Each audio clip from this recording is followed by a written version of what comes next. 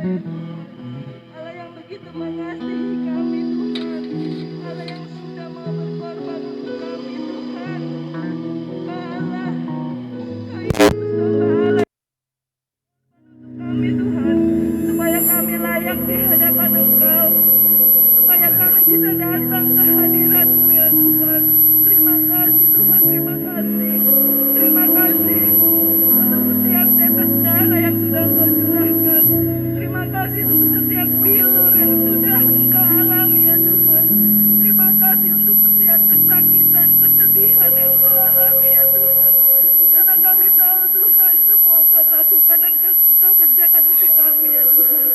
Terima kasih untuk pagi hari ini Tuhan. Kami bisa berkumpul Tuhan, kami ada dalam keadaan sehat, kami bisa memuji Engkau. Kami tahu Tuhan, ini semua karena kemurahan-Mu dalam hidup kami ya Tuhan. Ya Tuhan, kami akan memuji Engkau, kami akan menyembah Engkau Tuhan. Beracaralah mulai dari awal sampai pertengahan ibadah kami. Kau mengurapi juga kami pelayan-pelayan-Mu ya Tuhan. Berikan kekuatan, berikan urapan yang daripada Engkau. Terlebih hamba-Mu yang akan menyampaikan firman-Mu ya Tuhan.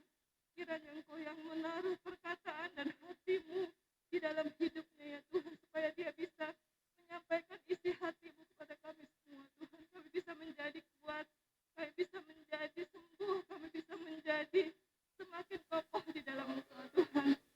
Tuhan, terima kasih Tuhan. Kami tahu Tuhan, Engkau ada bersama-sama dengan kami Tuhan. Kami tahu Tuhan, Kau mau memberkati kami semua. Kalau ada kuasa kegelapan yang berusaha mengganggu kami patahkan di dalam nama Yesus. Biar Engkau saja yang melayang-layang, Roh-Mu yang melayang-layang di tengah-tengah ibadah kami. Terima kasih Tuhan, di dalam nama Tuhan Yesus Kristus kami sudah berdoa. Haleluya, amin. Silakan duduk Bapak Ibu. Kita mau nyanyikan satu pujian yang mengatakan, satu hal telah kuminta kepada Tuhan.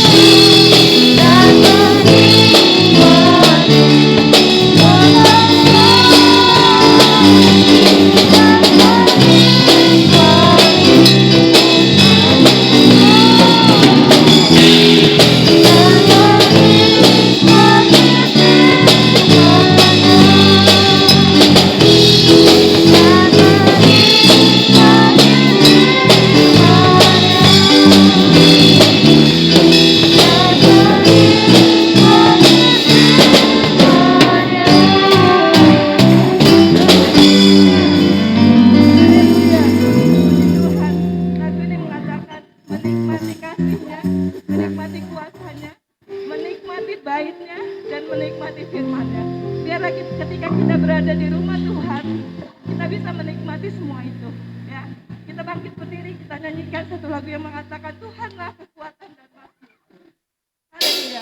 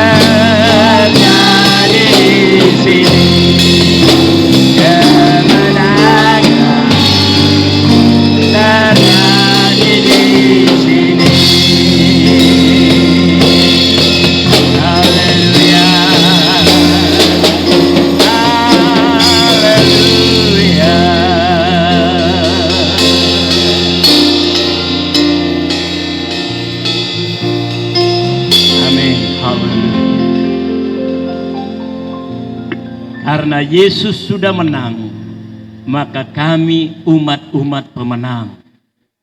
Pagi ini kami ada di rumahmu karena kami sudah menang mengatasi semua persoalan hidup yang kami sudah lalui.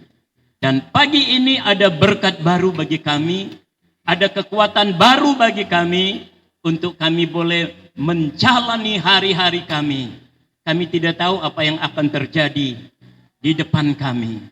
Tapi satu hal kami percaya, Yesus sudah menang bagi kami. Karena engkau sudah mengalahkan maut. Terima kasih Bapa. Pagi hari ini kami ingin kembali mendengar firman-Mu. Hanya firman-Mu lah yang mampu memberikan kekuatan bagi kami. Terima kasih Bapa dalam sorga. Terima kasih Yesus. Terima kasih Roh Kudus. Berfirmanlah Tuhan, kami siap mendengar. Beri kami tanah hati yang lembut, supaya setiap benih firman Allah tertanam, bertumbuh, dan berbuah. Terima kasih Bapa. Kami sambut kebenaran firman Allah dalam nama Tuhan Yesus Kristus. Haleluya. Amin. Silakan duduk. Kembali pagi ini firman Tuhan disampaikan oleh Bapak Yonatan. Silakan.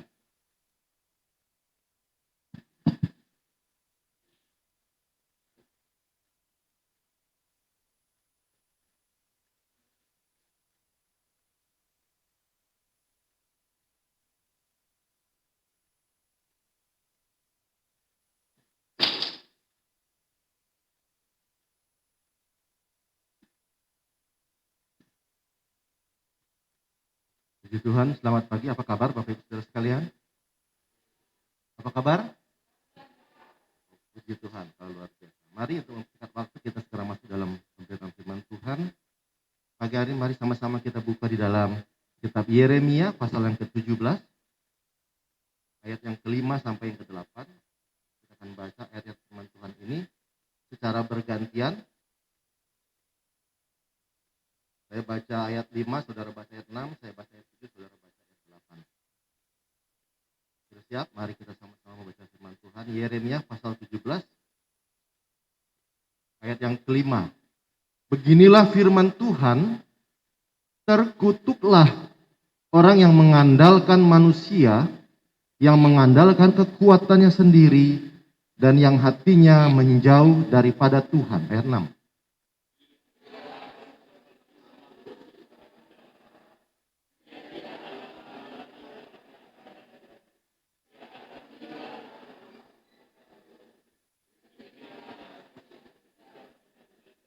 Ayat 7, diberkatilah orang yang mengandalkan Tuhan, yang menaruh harapannya pada Tuhan. Ia akan seperti pohon. Ayat 8, saudara baca.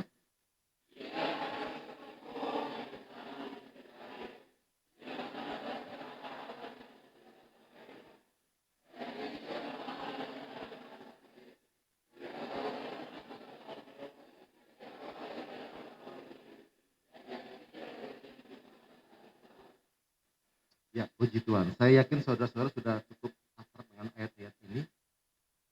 Ayat ini intinya adalah membagi dua kelompok manusia menjadi satu, orang yang terkutuk dan kedua, orang yang diberkati. Ayat 5 sampai 6 itu bicara tentang orang yang dikutuk dan bagaimana kutukan itu bentuknya. Ayat 7 dan 8 bicara tentang orang yang diberkati dan bagaimana bentuk berkat Allah itu. Pagi hari ini saya beri judul firman Tuhan, mengandalkan Tuhan. Kita akan melihat bagaimana orang menjadi terkutuk dan bagaimana orang menjadi diberkati. Lewat firman Tuhan pada pagi hari ini. Ya. Mungkin kita tidak akan membahas ayat yang ke-6 dan ayat yang ke-8. Di situ menjelaskan secara terinci tentang kutuk tersebut dan tentang berkat tersebut. Tetapi kita akan berfokus kepada ayat 5 dan ayat 7 tentang bagaimana seseorang bisa dikatakan terkutuk dan bagaimana seseorang dikatakan diberkati. Ya, kita mulai dengan ayat yang ke-5. Terkutuklah orang yang mengandalkan manusia. Di sini ada dua kata, orang dan manusia. Menurut saudara, orang sama manusia sama enggak? Kalau dalam Alkitab bahasa Inggris, dua-duanya menggunakan kata sama, man. Tapi kalau kita lihat dalam bahasa asli Alkitab, ini dua kata ini menggunakan dua kata yang berbeda. Jadi kembali kalau kita memahami bahwa setiap kata dalam Alkitab itu memiliki makna, bukan cuma arti, bukan cuma terjemahan. Ya. Kalau diterjemahkan mungkin sama-sama orang atau manusia, tapi setiap kata memiliki pengertian. Dalam ayat 5, terkutuklah orang. Kata orang di sana, kata bahasa aslinya adalah geber. Geber itu artinya adalah laki-laki perkasa, orang yang berani, jagoan, hebat. Jadi ayat 5 ini berkata, terkutuklah orang yang merasa hebat, orang yang merasa jagoan, orang yang merasa luar biasa. Yang mengandalkan manusia. Nah, kata manusia yang di bagian kedua ini menggunakan kata Adam, Adam, dari kata Adam. Kalau ngomong Adam, saudara semua paham. Kita berpikir Adam itu adalah nama manusia pertama. Tapi itu sebenarnya bukan nama. Adam itu adalah sebutan untuk ciptaan pertama.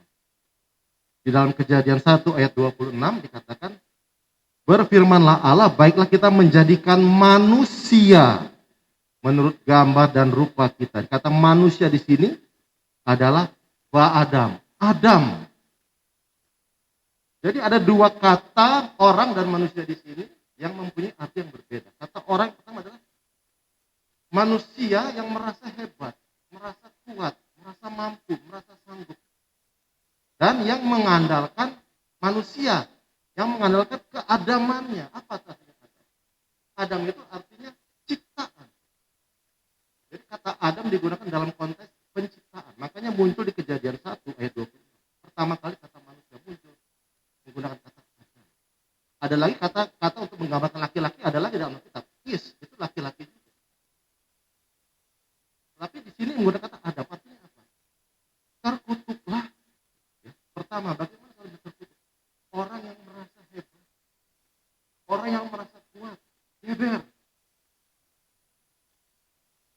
Kalau digambarkan oleh Alkitab, tentara-tentara itu kan orang-orang perkasa, itu geber. Terkutuklah orang yang merasa hebat, yang merasa dirinya mampu, merasa dirinya luar biasa, yang mengandalkan ciptaan, yang mengandalkan Adam, mengandalkan ciptaan. Kalau kita lihat di dalam Roma 1 ayat 25, di sana Paulus berkata, sebab mereka menggantikan kebenaran Allah dengan dusta dan memuja dan menyembah makhluk atau ciptaan dengan melupakan penciptanya yang harus dipuji selama-lamanya. Amin. Kalau di ayat 24 dikatakan, ini orang-orang yang diserahkan kepada nafsu, orang yang terkutuk. Karena apa? Karena mereka memuja makhluk ciptaan Adam dan melupakan penciptanya. Kita sering salah mengerti ayat itu dalam kata, apalagi zaman-zaman itu dikatakan jangan terkutuklah orang yang mengandalkan manusia. Maka timbul persepsi atau pengajaran maka kita nggak boleh ngandalin manusia. Kalau ada apa-apa nggak boleh minta tolong sama manusia. Sakit jangan ke dokter. Kalau zaman dulu kan berdoa saja. Apakah begitu maksudnya? Bukan. Maksud ayat ini berkata, terkutuklah orang-orang yang mengandalkan ciptaan tetapi melupakan penciptanya. Artinya apa? Melupakan hakikat keberadaan manusia itu. Bahwa sesungguhnya manusia itu hanyalah ciptaan, bukan pencipta. Siapapun ciptaan itu, apakah dia geber, orang-orang yang hebat, luar biasa, orang yang mampu, orang yang berpendidikan, orang yang berharta, orang yang berpangkat, siapapun itu, pada hakikatnya kita semua adalah ciptaan. Jadi adalah terkutuk ketika seorang yang merasa hebat mengandalkan ciptaan dan melupakan penciptaan. Itu pengertian ayat ini. Jadi bukan berarti kalau sakit nggak boleh ke dokter. Tetap kita boleh ke dokter. Kita boleh minta tolong sama orang-orang lain. Karena firman Tuhan sendiri berkata, bertolong-tolonganlah kamu dalam menanggung beban. Berarti kita harus saling tolong-menolong. Lah bagaimana kita nggak boleh minta tolong orang kalau kita mau melakukan ini? Kita harus saling tolong-menolong. Tetapi ketika kita bersikap mengandalkan ciptaan, melupakan pencipta, nah ini yang berbahaya. Kata mengandalkan di sini, terkutuklah orang yang mengandalkan. Ini sudah kita pelajari 2 minggu yang lalu, pada minggu kedua. Itu menggunakan kata yang sama dengan percaya. Batak. Saya sudah katakan, orang Batak artinya orang percaya. Ya. Tapi percaya di sini juga memiliki arti yang bertingkat sebenarnya. Nanti kita akan bahas di ayat yang ke-7. Jadi di sini dikatakan terkutuklah orang yang merasa hebat, merasa kuat, dan yang mengandalkan ciptaan tapi melupakan pencipta. Itu satu.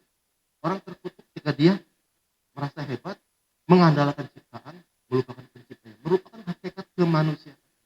Orang-orang tersebut adalah orang-orang yang terkutuk. Dan dikatakan lanjutnya, yang mengandalkan kekuatannya sendiri. Yang mengandalkan kekuatannya sendiri. Dalam bahasa asli Alkitab itu terjemahan tepat adalah yang menjadikan daging sebagai kekuatannya. Di sini tidak muncul kata daging, diganti dengan kekuatan. Dalam bahasa asli jelas digunakan kata basar, artinya flesh, daging. Yang mengandalkan kekuatan artinya yang menjadikan daging basar sebagai kekuatan. Basar di sini daging mempunyai dua arti. Pengertian pertama adalah secara natural daging yang kita lihat menggokan otot di dalam tubuh kita manusia atau dalam hewan itu daging, tapi juga mempunyai pengertian natur rohani kita. Ya. Jadi seorang menjadi terkutuk ketika dia hidup mengandalkan daging sebagai kekuatannya. Sedangkan firman Tuhan berkata dalam Matius 26 ayat 41, berjaga-jagalah dan berdoalah supaya kamu tidak jatuh dalam percobaan. Roh memang penurut, tetapi daging lemah. Di sini Yesus tidak bicara daging secara biologis ya, secara bentuk natur. Daging yang kita kenal seperti tubuh kita ini. Tapi dia bicara daging sebagai suatu sifat natur rohani, suatu keadaan rohani, suatu status rohani. Ya. Jadi daging itu lemah menurut Tuhan. Kontraskan dengan roh. Roh penurut, daging lemah. Jadi ketika seorang mengandalkan daging sebagai kekuatan, ini suatu hal yang lucu. Dia mengandalkan sesuatu yang lemah menjadi kekuatan. Saudara bisa melihat di sini betapa kontrasan itu terlihat.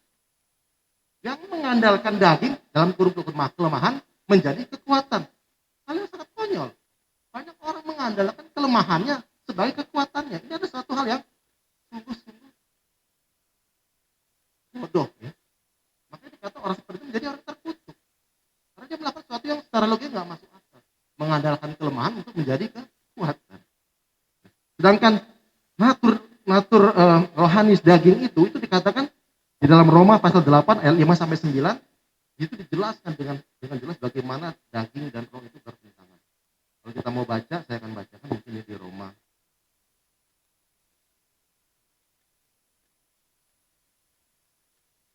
8 ayat 5 mulai, sebab mereka yang hidup menurut daging memikirkan hal-hal yang dari daging. Mereka yang hidup menurut roh memikirkan hal-hal yang dari roh. Karena keinginan daging adalah maut, tetapi keinginan roh adalah hidup dan damai sejahtera. Sebab keinginan daging adalah perseteruan terhadap Allah, karena ia tidak takluk kepada hukum Allah. Hal ini memang tidak mungkin baginya. Mereka yang hidup dalam daging tidak mungkin berkenan kepada Allah. Dalam tanda kutip terkutuk. Jadi bagaimana soal terkutuk? Ketika hidup mengandalkan daging, pertama daging yang lemah dia adalah sebagai kekuatan. Kedua, natur daging dalam hidupnya itu yang dia andalkan. Sedangkan dikatakan hidup menurut daging itu pasti berlawanan dengan hidup menurut roh. Dan dikatakan orang yang hidup di dalam daging itu adalah keinginannya menuju maut, mati. Ayat 7 berkata, kalau orang berkeinginan daging, itu dia berseteru dengan Allah. Kalau kita berseteru dengan Allah, bagaimana mungkin kita bisa diberkati? Jadi jelas di sini ya, ketika seorang itu dikatakan terkutuk karena apa? Karena dia mengandalkan daging yang ternyata adalah seteru Allah, musuh Allah. Dan tidak akan mungkin bisa berdamai dengan Allah, bertemu dengan Allah. Karena dikatakan di ayat 7, hal itu tidak mungkin bagi kita. Ketika kita memutuskan untuk hidup dengan mengikuti daging kita, berarti kita sudah memutuskan untuk tidak mau hidup mengenal Allah. Karena apa? Dikatakan tidak mungkin. Naturnya itu yang menyebabkan jadi terkutuk. Yang ketiga, yang hatinya menjauh daripada Tuhan. Kata menjauh di sini dalam bahasa asli ada kata sur, yang berarti berpaling atau stop, berhenti. Kalau dalam bahasa Inggris digunakan kata turn aside atau turn off. Berpaling. Jadi ketika dikatakan hatinya menjauh itu dia orang yang berpaling. Ibrani 12 ayat 25 berkata apa tentang berpaling? jagalah hatimu, jagalah supaya kamu jangan menolak Dia yang berfirman, sebab jikalau mereka yang menolak Dia yang menyampaikan firman Allah di bumi tidak luput, maksudnya dihukum, apalagi kita yang jika kita berpaling dari Dia yang berbicara dari surga. Jadi ketika seseorang berpaling, dikatakan di Ibrani, jangan berpaling dari Allah. Karena apa? Karena umat Israel secara duniawi berpaling dari Dia yang berfirman di bumi, artinya dari Musa, pengajaran Musa, itu dihukum. Apalagi kita yang berpaling dari Dia, dari Allah yang berbicara dari surga. Itulah yang menyebabkan kita mendapat hukuman, terkutuk. Jadi jelas kriteria orang yang terkutuk itu adalah 3. Pertama, mengandalkan daging sebagai kekuatannya, atau mengandalkan ciptaan melupakan penciptanya. Kedua, ya. Yang ketiga adalah berpaling dari Allah. Jadi ada 3 penyebab katakan di sini di ayat 5. Mengandalkan ciptaan melupakan pencipta, mengandalkan daging untuk menjadi kehidupannya, dan ketiga berpaling. Makanya ayat 5 ini dengan jelas berkata, terkutuklah orang itu. Pagi hari tentu kita semua sepakat nggak mau menjadi orang seperti itu. Makanya kita harus koreksi diri kita. Apakah kita hidup mengandalkan kedagingan yang justru adalah kelemahan kita dan bertentangan dengan firman Tuhan? Atau kita hidup mengandalkan kemanusiaan kita, kelemahan kita. Atau kita berpaling dari itu, sudah berpaling. Kita turn aside atau turn off bahkan. Turn off itu artinya udah nggak mau berurusan lagi. Ya, katakan di Ibrani 12 yang menolak. Menolak, pada kita terkutuk. Kita udah nggak ada hubungan sama Tuhan. Bagaimana mau diberkati? Jadi saya harap sampai di sini kita jelas mengenai definisi kriteria orang-orang yang terkutuk. Sekarang kita masuk ke bagian kedua, ayat yang ke-7. Orang-orang yang diberkati. Untuk ayat 6 saya nggak akan bahas pada saat ini, mungkin akan kita bahas di lain kesempatan. Diberkatilah orang yang mengandalkan Tuhan, yang menaruh harapannya. Nah, jadi kita akan bahas kembali kata batah yang kita sudah pernah kita pelajari 2 minggu yang lalu.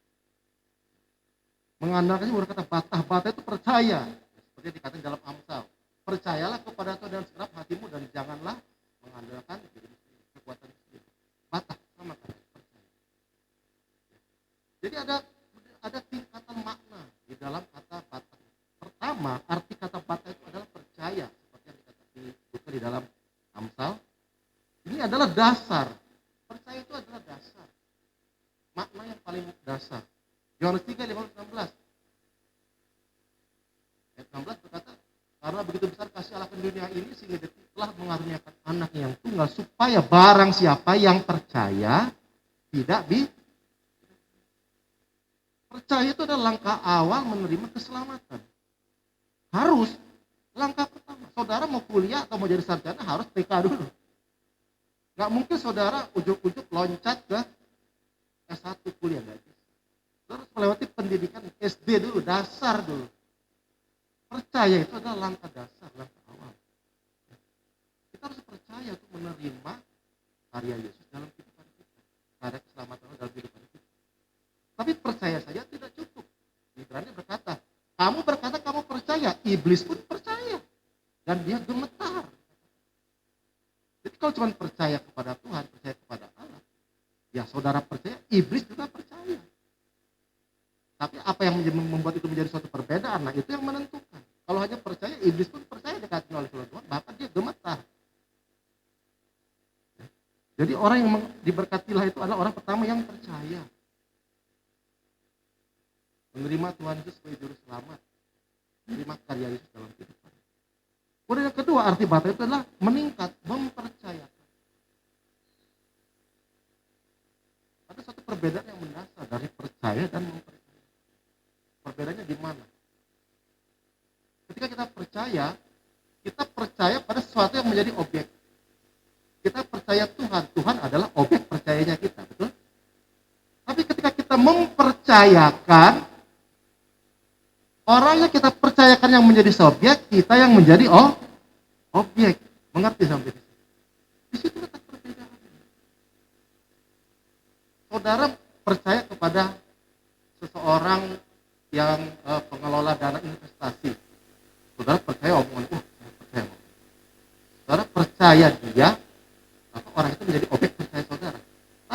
saudara mempercayakan uang saudara untuk dikelola, itu beda lagi. Saudara menjadikan orang itu subjek yang mengelola uang saudara, betul? Demikian juga kita. Ketika kita mempercayakan hidup kita kepada Allah, artinya apa? Allah yang menjadi subjek, hidup kita ini objeknya. Allah yang menjadi subjek. Ada satu perbedaan yang besar dari percaya dan mempercayai. Walaupun dalam bahasa Inggris hanya beda 2 huruf, trust dan entrust. Tapi memiliki makna yang mendalam. Ya, kita lihat di dalam Matius 25 ayat 14 itu cerita tentang tuan yang pergi dan mempercayakan hartanya kepada hamba-hambanya. Itu ada kata mempercayakan, artinya apa? Si tuan mempercayakan hartanya kepada hambanya menjadi subjek yang mengelola hartanya. Nah, sekarang kita melihat bagaimana kita bisa meningkat dari percaya menjadi mempercayakan. Untuk bisa mempercayai, kita harus mengenal. Dengan jelas dikatakan dalam Yohanes 2 ayat 24, saya akan bacakan ke saudara. Yohanes 2 ayat 24 berkata demikian firman Tuhan. Mungkin dari ayat 23 saya bacakan. Dan sementara ia, Yesus di sini, di Yerusalem selama hari raya Paskah, banyak orang percaya dalam namanya. Perhatikan, banyak orang percaya dalam namanya. Karena mereka telah melihat tanda-tanda yang diadakannya. Orang percaya karena melihat.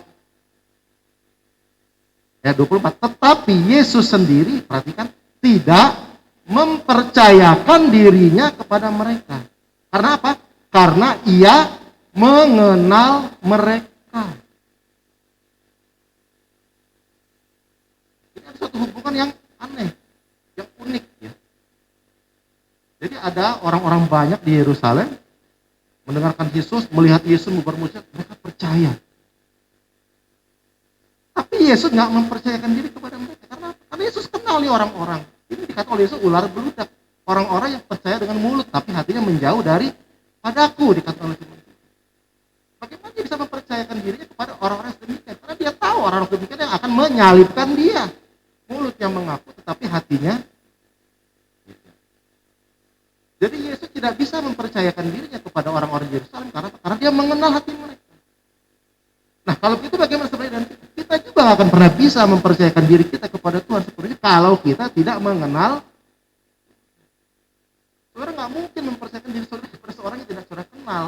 Sekalipun saudara percaya kepada orang itu. Dan nonton di TV, ya, ada seorang yang terlihat baik, perkataannya bagus, wah hebat tuh ya, itu seorang motivator. Saudara percaya pada orang itu, saudara senang dengar dia ngomong, karena saudara percaya. Tapi saudara, saya yakin dia akan mau mempercayakan hidup saudara kepada dia, karena saudara nggak kenal dia. Sampai di sini bilang. Jadi untuk mempercayakan hidup kita kepada Tuhan, kita harus mengenal Allah. Baru kita bisa mempercayai setiap aspek kehidupan kita. Tanpa mengenal, kita nggak akan pernah bisa mempercayakan diri. Kemudian yang ketiga, kita masuk pada arti yang ketiga dari batah adalah mengandalkan. Seperti kita baca dalam Yeremia 17 ayat 7 tadi, ayat 5 dan ayat 7. Mengandalkan itu berarti totalitas. Kalau mempercayakan itu bisa hanya sebagian, mempercayakan harta, mempercayakan apa? Mobil saudara, mempercayakan. Tapi kalau mengandalkan, itulah arti yang terdalam dari batah yang sudah kita bahas dalam beberapa waktu lalu. Batah itu artinya bersembunyi untuk berlindung di balik seseorang yang kita andalkan. Ketika kita mengandalkan totalitas kita, kalau saudara bisa nggak ngumpet separuh, bersembunyi untuk berlindung. Bersembunyi artinya apa? Semua nggak kelihatan ya kan? Saudara pernah main petak umpet, kakinya nongol, bisa kelihatan. Ditebak. Ya, saudara bersembunyi artinya 100% Anda tercover oleh tempat di mana Anda bersembunyi. Itulah arti mengandalkan, arti batah yang terdalam tadi. Mengandalkan kita totalitas berlindung di balik Tuhan, mempercayakan, menyerahkan.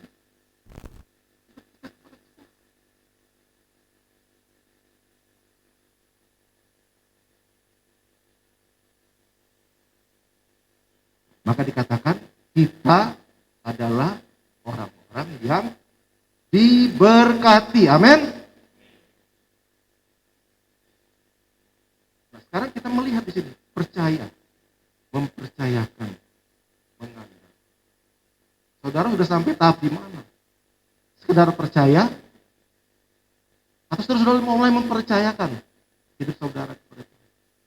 Atau saudara sudah benar-benar mengandalkan? Kalau saudara sudah mengandalkan Tuhan sampai pada tahap itu, maka saudara akan menikmati Yeremia 17 ayat 8. Kalau tidak, kita nggak akan pernah bisa. Dikatakan karena dikatakan apa? Orang yang mengandalkan Tuhan seperti pohon yang tertanam di tepi aliran air. Artinya apa? Pohon yang tertanam di aliran air nggak bisa kemana-mana, di situ aja. Bukan dikatakan pohon yang ditanam di dalam pot dan diletakkan di tepi sungai, bukan. Kalau saudara sudah seperti pohon yang tertanam di tepi sungai, ya terus saudara hidup tergantung dari sungai itu. Kalau misalnya sungai itu di hulunya ada polusi, saudara kena nggak? Banyak sekarang hutan-hutan yang hancur, karena apa? Ada polusi yang masuk ke sungai, dan hutan dan pohon nggak bisa milih untuk lari, karena dia bergantung sepenuhnya, mengandalkan sungai itu sebagai kehidupan. Tapi syukur dikatakan Tuhan, kita mengandalkan diri kita seperti pohon tertanam tapi aliran sungai yang baik, yang bersih, yang jernih. Sehingga dikatakan di sini selalu berbuah, tidak pernah takut akan musuh. Demikianlah kehidupan orang yang mengandalkan Tuhan. Tidak sekedar percaya, tapi belajar mempercayakan dan kemudian mengandalkan. Maka kita akan menjadi orang-orang yang diberkati. Puji Tuhan, saya tidak panjang firman Tuhan pada pagi hari ini. Biarlah Tuhan kembali menjadi berkat bagi setiap kita. Percayalah, percayakanlah, andalkanlah Tuhan dalam hidupnya. Kau akan menjadi orang-orang yang diberkati. Puji Tuhan, saya kembalikan kepada Bapak.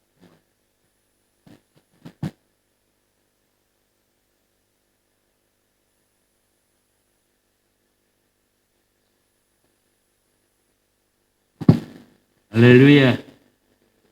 Haleluya. Saudara mau mempercayakan hidupmu kepada Tuhan? Amin.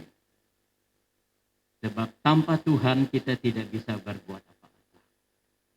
Di luar Yesus kita tidak bisa berbuat apa-apa. Sebab itu percayakanlah hidup kita. Saya serahkan hidup saya kepada Tuhan. Itu sebabnya saya nggak khawatir. Karena Tuhan berdaulat, Tuhan berkuasa atas hidup kita. Amin. Haleluya. Mari kita bangkit berdiri. Ya Tuhan, ku percaya. Haleluya. Haleluya. Terima kasih Tuhan. Ya Tuhan, ku percaya,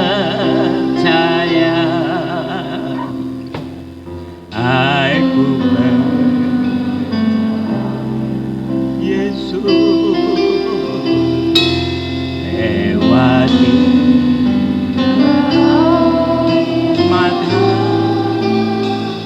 aku percaya. Firman-Mu ya dan amin. Aku percaya kemenangan sudah Kau capai. Aku percaya. Ya Tuhan,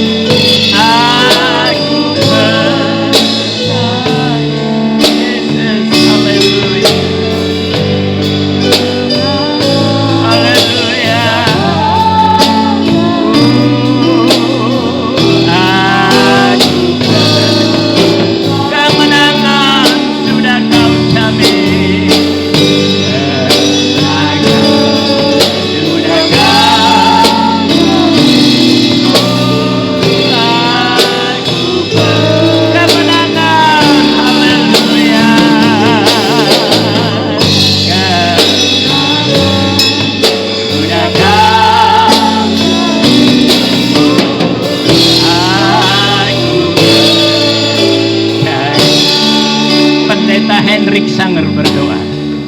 Haleluya. Haleluya. Haleluya, haleluya, haleluya, haleluya. Amin. Kami sangat bersyukur kepadamu ya Allah yang Maha Kuasa. Amin. Allah yang kami sembah di dalam nama Tuhan Yesus Kristus sebagai putramu yang tunggal. Yang telah menyelamatkan kami, yang telah menebus kami, yang telah menyucikan kami dengan darah-Mu ya Tuhan. Sehingga Engkau Allah yang selalu memperkenan kami untuk datang kepadamu. Di rumah-Mu ini ya Bapa, di mana kami dapat meninggikan, mempermuliakan nama-Mu, bersekutu, bersyukur atas segala anugerah dan kebaikan-Mu dalam hidup kami ya Tuhan. Biarlah semua apa yang kami kerjakan ya Tuhan untuk kemuliaan, kepujian nama-Mu ya Tuhan. Sebab kami menyadari sebagai manusia kami banyak kekurangan dan kelemahan. Tetapi melalui kebenaran-kebenaran firman Allah, melalui pengajaran-pengajaran firman Tuhan, kami semakin dikuatkan, diteguhkan ya Tuhan. Biarlah kiranya firman Allah di saat pagi hari ini memampukan kami, menguatkan kami untuk melihat kuasa kemuliaan Tuhan terjadi di dalam setiap kehidupan kami Tuhan. Kami mempertaruhkan, menyerahkan segenap tubuh, jiwa, roh kami ke dalam tangan-Mu. Terima kasih buat firman-Mu, untuk kami tetap yakin, percaya, mempertaruhkan seluruh hidup ini di mesbah-Mu, di dalam kebenaran firman-Mu, untuk kami berharap sepenuhnya kepadamu. Bukan kami mengandalkan daging kami, kekuatan kami, tetapi melalui firman-Mu kami percaya kami dapat hidup, kami dapat merasakan mujizat-Mu. Terlebih di tengah-tengah kondisi saat ini ya Tuhan, biarlah Tuhan teguhkan iman percaya kami di dalam kuasa-Mu ya Tuhan. Karena Engkaulah kekuatan dan pengharapan kami selama-lamanya ya Tuhan. Tuhan melihat kami semua yang ada. Tuhan mengetahui pikiran hati, jiwa kami yang ada saat ini. Biar Tuhan kalau kami datang dengan kelemahan, Engkau menguatkan kami dengan roh-Mu. Di saat kami susah, Engkau menghiburkan kami. Di saat kami mengalami kesulitan, Engkau memberikan kemenangan, kekuatan bagi kami. Roh Kudus tolong kami, mampukan kami untuk melihat kuasa mujizat-Mu di dalam kehidupan kami ini Tuhan.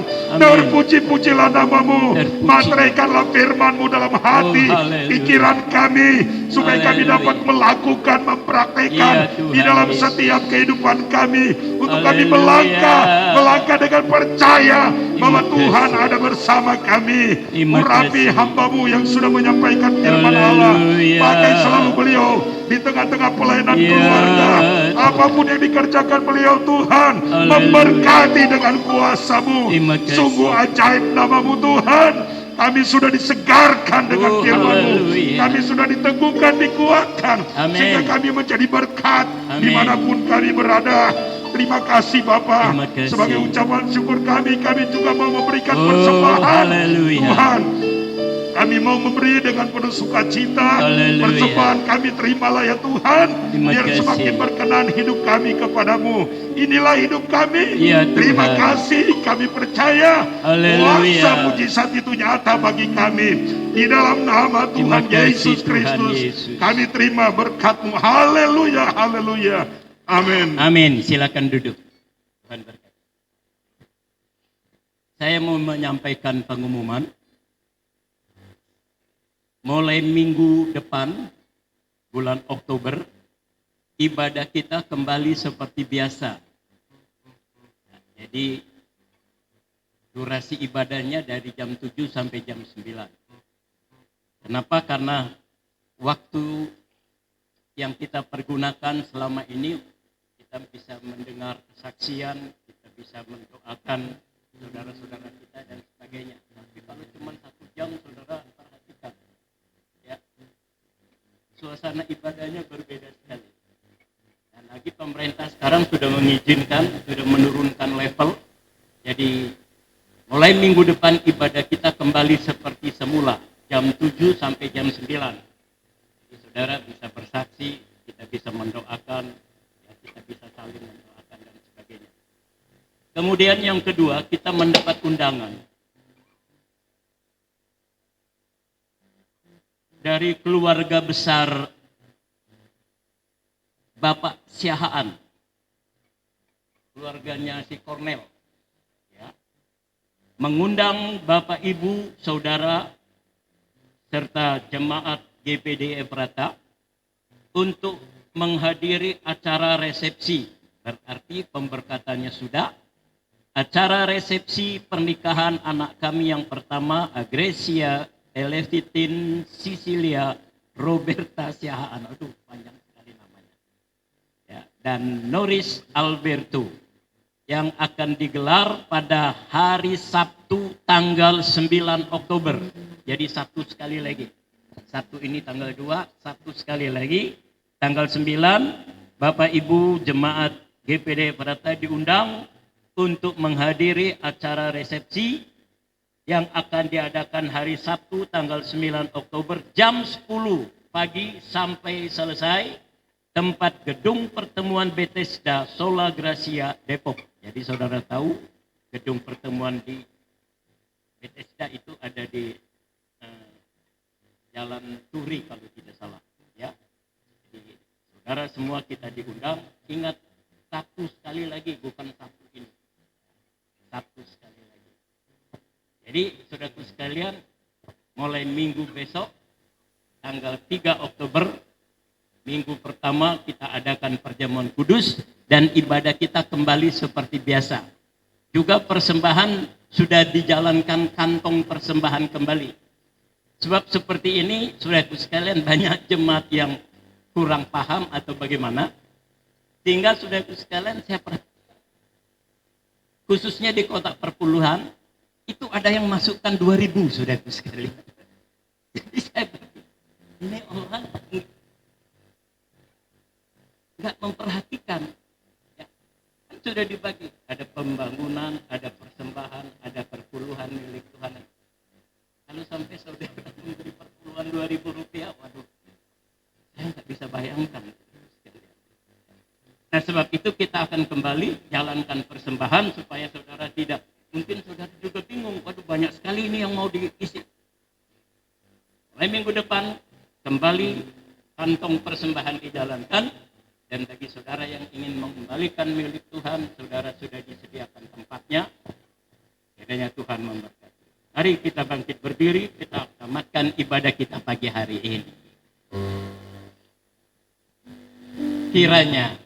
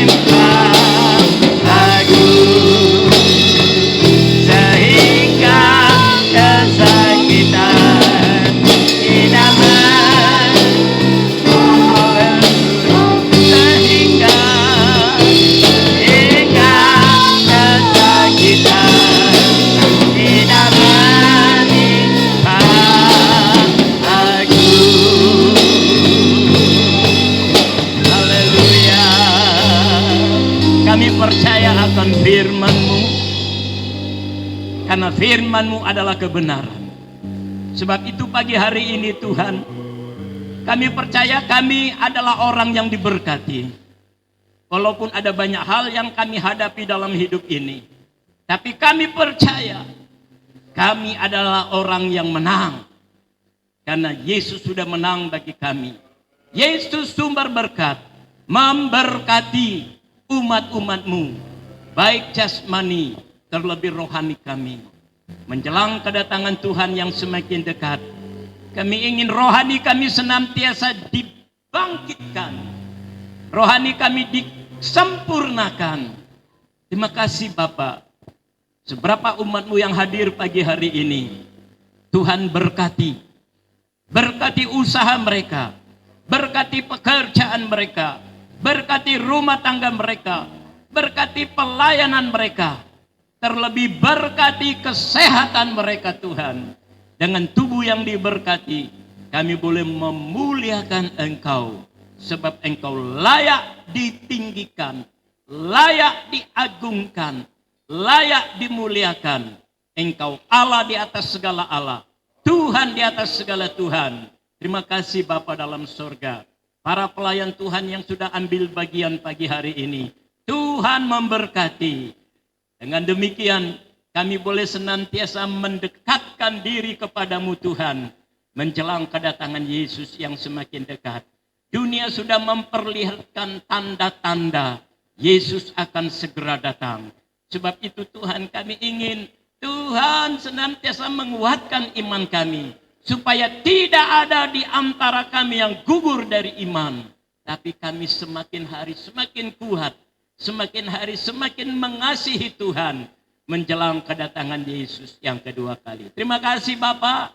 Sebentar kami akan berpisah, tetapi sebelumnya kami bersatu hati berdoa, sebab firman-Mu berkata, di mana ada 2 orang, 3 orang bersatu dalam doa, Tuhan ada di tengah-tengah mereka.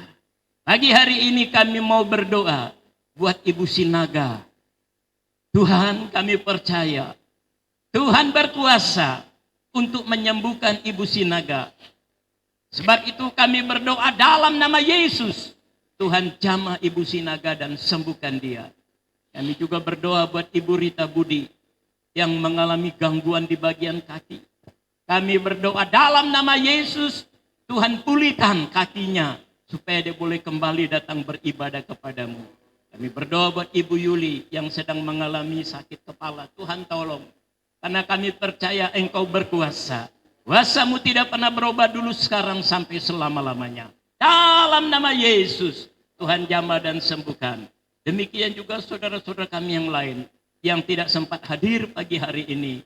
Mungkin ada di antara mereka yang sakit, Engkau sembuhkan. Yang lemah, kuatkan. Yang hilang harap, Tuhan berikan pengharapan. Karena Engkaulah pengharapan bagi kami. Terima kasih Bapa dalam sorga. Kembalikan kami pada jam-jam ibadah yang sudah ditentukan, untuk kami menghampiri tata anugerah Allah. Karena dari sanalah datang pertolongan. Terima kasih Bapa. Kami akhiri ibadah, kami terima berkat Allah. Sebab itu saudaraku yang dikasih oleh Tuhan, pulanglah ke rumah saudara masing-masing, bawalah berkat dari Allah Bapa, cinta kasih di dalam anaknya yang tunggal, Yesus Kristus, serta persekutuan Allah Rohul Kudus, menyertai kita, mulai pagi hari ini, sampai Maranatha, Yesus datang yang kedua kali. Dalam nama Tuhan Yesus Kristus, kami tamatkan ibadah, kami terima berkat Allah. Yang percaya katakan, amin.